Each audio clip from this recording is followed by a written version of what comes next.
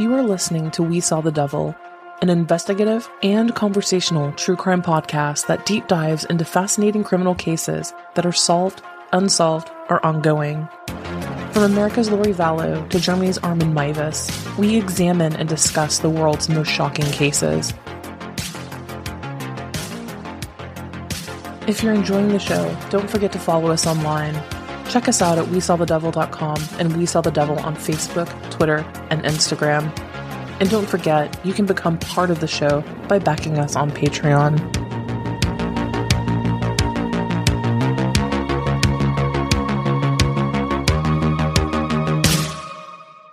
Hello everyone, you are listening to We Saw the Devil. I'm Robin, and I am back with part 2 of my Criminal Musicians Black Norwegian Death Metal, where basically we're taking a look at a series of crimes committed by this community and those involved in the community in the early 1990s. It is a fascinating time period of music history. In the last episode, I just did a quick 25-30 minute basics on what Norwegian Black Death Metal is, what makes it different, and introduced the initial players of the game, the band Mayhem, as well as Euronymous and Varg Vikerness and so forth. So with this episode, we are going to get into the meat of the story.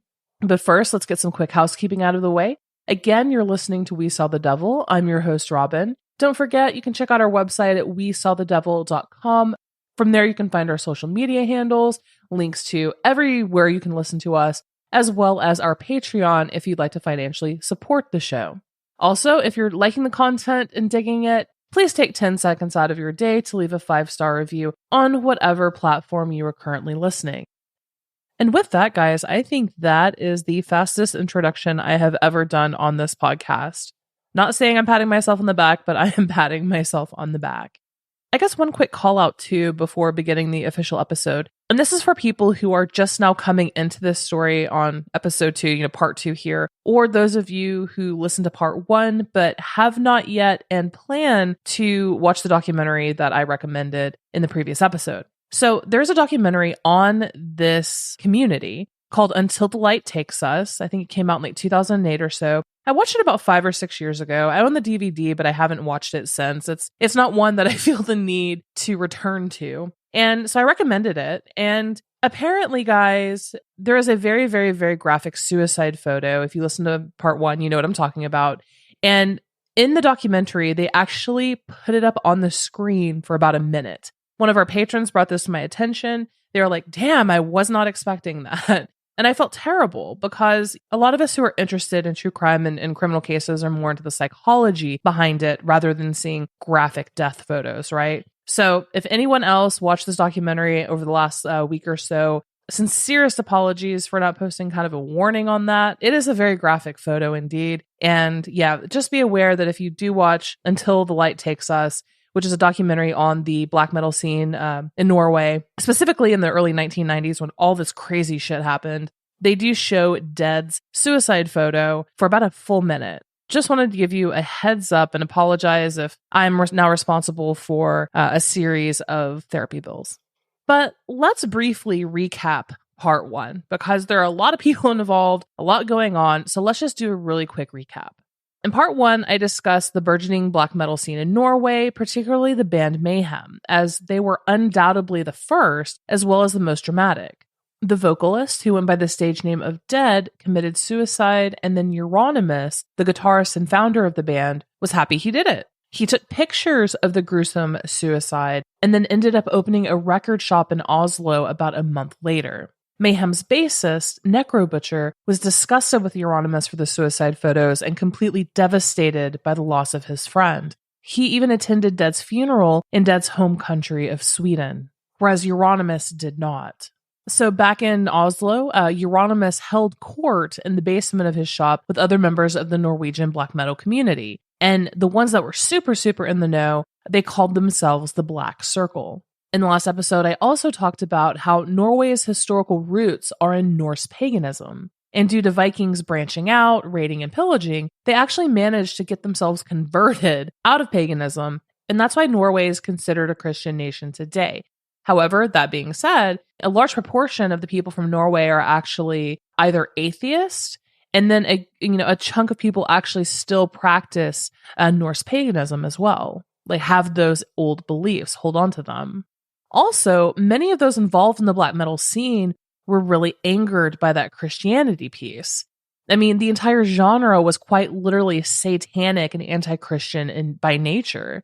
A lot of these people felt strongly that Christianity should be purged by any means necessary and took an interest into the historic Christian stave churches dotting the frozen landscape around them. We have to remind ourselves too, guys, that a lot of the people in the metal scene at this point, in the black metal scene, they were babies. They were like 17, 18, 19, 20 years old. Some of them even younger in some of the bands. So they quite literally were bored teenagers looking to rebel against something for the most part, to shock, rebel, be anti-establishment. So that's kind of where this stands. But for the sake of the argument, we have Mayhem, Euronymous, and, all of the people in that immediate orbit, we're talking at this point, early 20s. I think we're caught up now. If you didn't listen to part 1, go catch up on that before continuing here. Also in the previous episode, I recommended watching the film Lords of Chaos. And it follows the saga of Mayhem, Euronymous, and then the clash between him and Varg Vikerness. Now, when that movie was released in 2018, many of those involved in the original scene, like in the bands and stuff, came out against it. They admitted that the directors got a lot of it right, but that they were not correct in their portrayal of Euronymous. And this has been one of the big bones that a lot of people have with this film. In the film, Euronymous is portrayed by Rory Culkin, Macaulay Culkin's brother, as a goofy, sensitive, kind of poser, someone who never really wanted to push the envelope, wasn't that extreme in his beliefs, and basically went along with other people's ideals. He just wanted power, and he was kind of goofy. He was easily manipulated, kind of aloof. Other musicians who were involved at the scene at the time came out and claimed that he was actually quite the opposite. He was loud, brash, obnoxious, mentally unhinged, and more or less always looking to do something destructive and horrible, even to his closest friends, just in order to make a statement. So by mid-1991, Euronymous was the owner of Helvet, a metal record store in Oslo, and a whole host of other black metal bands had appeared at this point. And the top ones hung out at the store with Euronymous and his bandmates. This included Mayhem's new bassist Varg Vikerness, who himself had a one-man band named Burzum. Euronymous had actually produced, sold, and played a little guitar on Varg's record. Varg was an interesting character as well. Real name Christian Vikerness, he was born into privilege on February 11th, 1973. His mother worked for a large oil company, and his father was an electronics engineer. His mother was meek, and his father was quite the authoritarian, regularly doling out corporal punishment.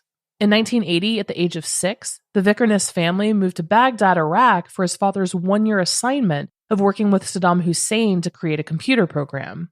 Vikerness was the only white pupil in the local school, and he later claims that it was there where he learned about racial matters. And in later interviews with his mother, she also agreed. Teachers would slap and spank and paddle, basically paddle students who were acting up, but they would never touch him. And he believed that this was due to the fact that he was white. So he would call the teacher a monkey and other names, sometimes racial slurs, knowing that he could get away with it at age 6. Wonder where he learned that. His parents were both nationalists to varying degrees. His father would come home and bemoan the fact that he wasn't the head engineer on the project and saying that he was the rightful boss because he was a white male of ancient Norwegian descent. The Vikerness family moved back to Norway when Varg was 7, and then when he was 11, his parents divorced and his father left. Varg became more hateful and angry in his beliefs, and it's been documented that as a young teenager, he actually ran with the neo-Nazi skinhead crowd in Bergen. He began to learn how to play guitar at age 14, particularly metal, and it became an escape. When he was 17, he joined the band Old Funeral as a guitarist and played with them until 1991, when he left to create his own project, Burzum, under the name Lord Gryshnak. Now, a fun fact on this, and I find it so endearing and ridiculous at the same time, I'm a huge J.R.R. Tolkien fan and Lord of the Rings fan. A lot of the times the fandoms are like Star Wars, Lord of the Rings, Doctor Who, Star Trek. I'm a Lord of the Rings girl. And Varg Vikerness was deeply obsessed with Tolkien and Lord of the Rings. He wanted to incorporate that interest into this new project, so his stage name, Gryshnak, is actually the name of an orc in the Two Towers. Burzum, the band name, Burzum actually means darkness and was inscribed in the ring in the movie. I seriously cannot overstate how influential Euronymous' band Mayhem, as well as the record shop Helvet, were in cultivating the Scandinavian black metal scene. You know how in the US, all the goth kids wanted to go to Hot Topic in the late 90s? Well, in Scandinavia, Helvet was that place. It was a shop for all things dark, sinister, and metal, where angsty teens could go talk about horror movies, metal music, and meet like-minded people who were basically outcasts, quote unquote, like they were. Their favorite bands would hang out there as well, and they could mingle with their idols. Not only that, but Euronymous' music label, Death Like Silence Production, was the hottest label in the scene. Euronymous would receive countless demos from bands all over the world, begging him to produce their albums. If you made it onto DSP, you made it officially in the black metal scene in Norway, also just Scandinavia as a whole. And Varg Vikerness was no exception. He traveled to Oslo with a demo on several occasions and met Euronymous multiple times. Euronymous finally agreed to produce and release Burzum's first album, and then Varg was officially inducted into the Black Circle. When Mayhem's bassist, Necrobutcher, left the band due to Euronymous' actions after Dead's suicide, there was a free spot that Varg walked right into. Mayhem finally had a full and consistent lineup once again. Varg came on full-time as a bassist. Now part of the Black Circle, as well as a member of the biggest black metal band in the world, Varg was not liking what he was seeing, especially with Euronymous. Most of all, he found him to be completely fake, and Varg resented it and was utterly disgusted by it. In fact, it really angered him. Varg tried to talk about his nationalist, aka Nazi, beliefs to the people in the Black Circle, but his peers cared nothing for politics. They just wanted to talk about Satanism and how much they hated Christians. So Varg read the room and kept his mouth shut. More and more, he believed that he should be considered the king of black metal. So Varg began to push for action in order to gain more press, including attacking Norway's stave churches. What is a stave church, you might ask? Well, have you ever seen the gorgeous wooden churches in Norway? Also just Viking construction in general. Solid wood, frequently dark or black, with multiple tiers or roofs. They're wooden, made out of poles, hence the term staver in Norwegian. Most of them were built between 1150 and 1350, and they're usually decorated in really, really, really ornate Christian and Viking themes. Typically Viking in ways that could also reflect Christian stories and ideology. Back in the Middle Ages, there were over 1,300 of them. Today, in 2022, only 28 remain. This is due to the fact, obviously, that they're wooden, solid wood. The way that they made them is they took the wood, they constructed it, and then they applied a very thin layer of pine tar over it repeatedly, every so often, to keep bugs, moisture, and mold, things like that out of it. But they are fairly fragile. They were constructed at the very, very, very, very tail end of the Viking era and thoroughly mixed both Christianity and the Viking iconography. Many from Norway were converting to Christianity at that time. And they are truly, truly, truly beautiful buildings. If you have traveled to Norway, Google Norway right now, you're going to see in Google Photos, like in the top 10, a stave church. Archaeologists and anthropologists are actually completely unsure as to whether they were solely built for worshiping in a Christian manner or if they were just Viking buildings repurposed. Either way, in the early 90s, a handful of these bored early 20-somethings in the Norwegian black metal scene had a seething hatred of them. They believed that these churches were constant reminders of the erasure of Norway's pagan roots. So, on June 6, 1992, Varg Vikerness set fire to the famous 12th century Fentoft stave church. At first, police believed the church had been struck by lightning, but they quickly realized that that was not the case. Over the next 7 months, 7 more churches were attacked and burned.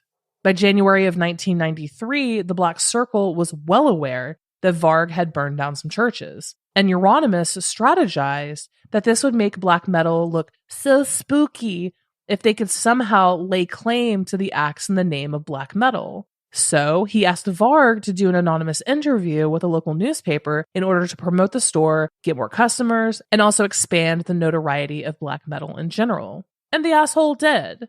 Varg Vikerness and his roommates sent the local newspaper a kind of mock interview with the supposed arsonist who was responsible for the burnings. Of course, a journalist at the newspaper immediately reached out and requested an interview with the suspect.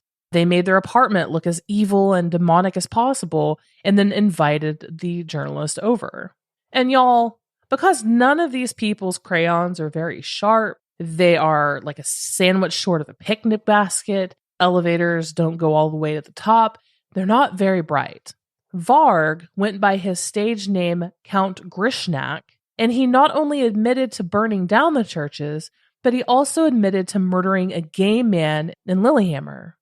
More on that murder in a moment.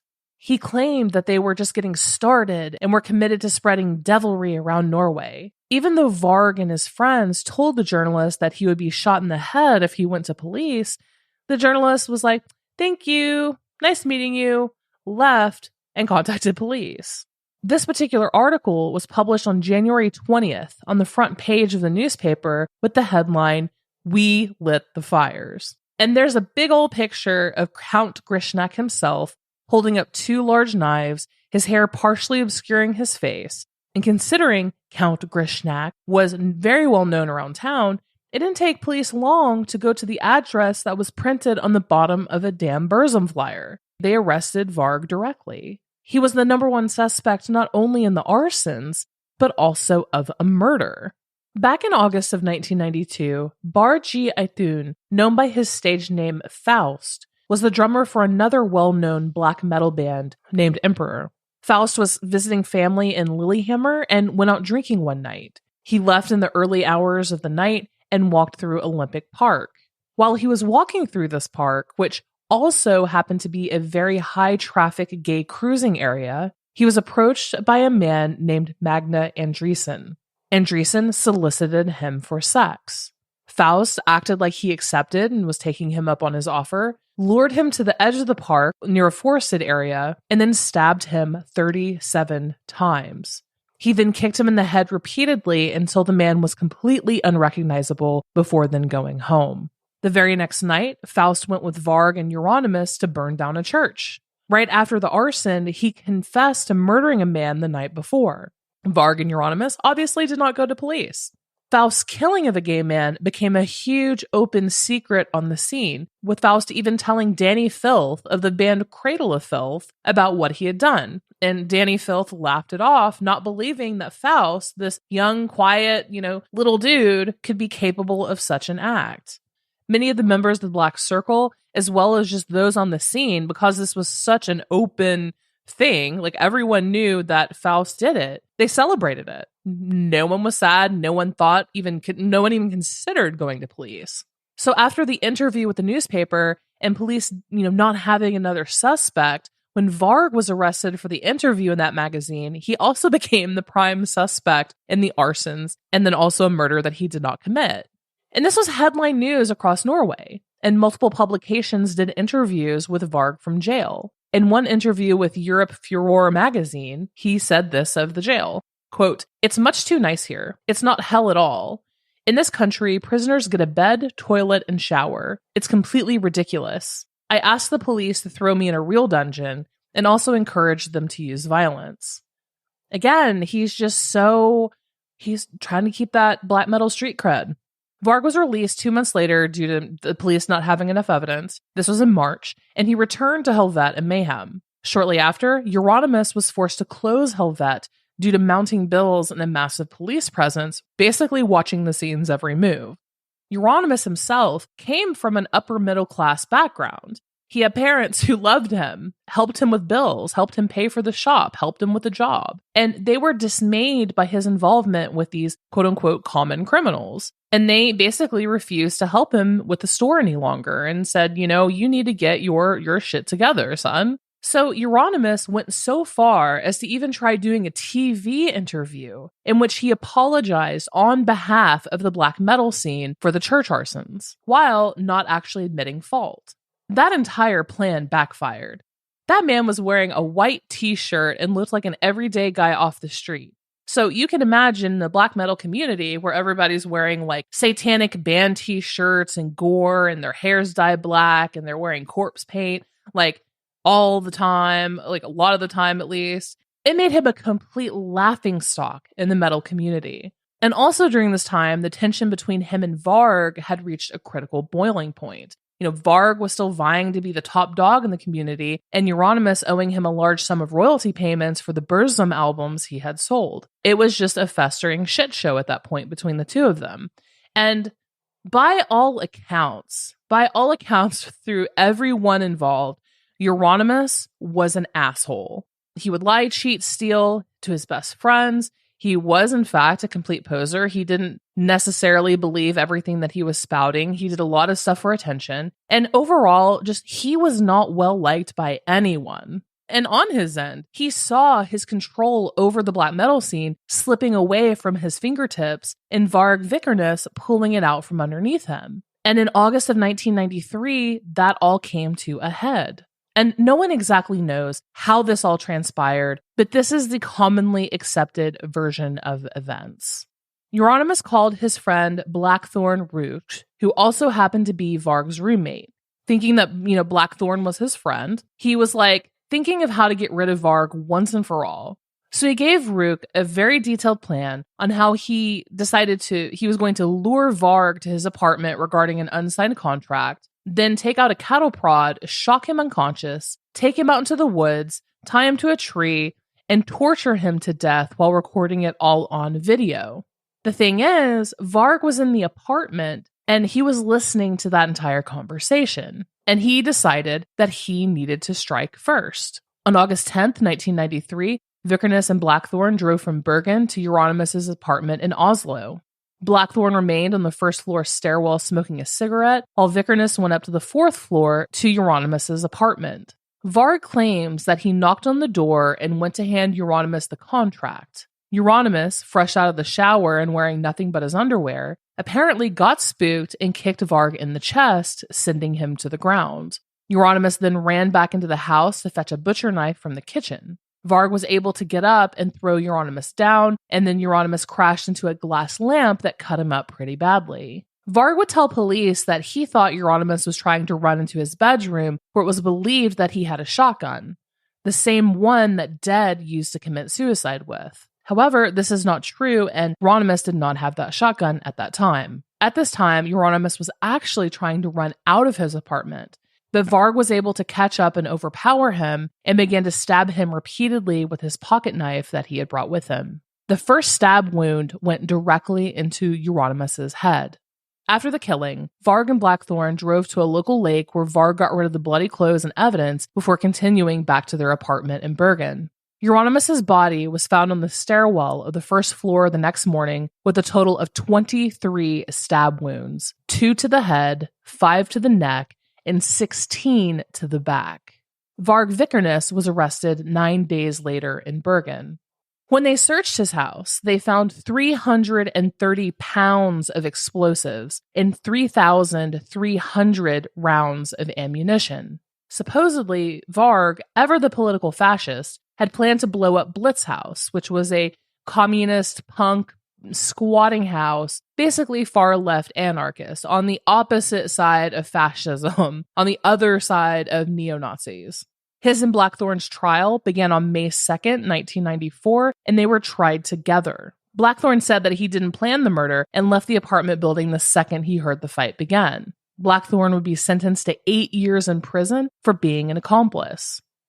Now, Varg did admit to stealing and keeping the 330 pounds of explosives, but he denied all charges. But it didn't matter. A judge came back with 21 years in prison, which is actually Norway's maximum penalty for the murder of Euronymous, the arson of 3 churches, an attempted 4th arson of a church, as well as the explosives.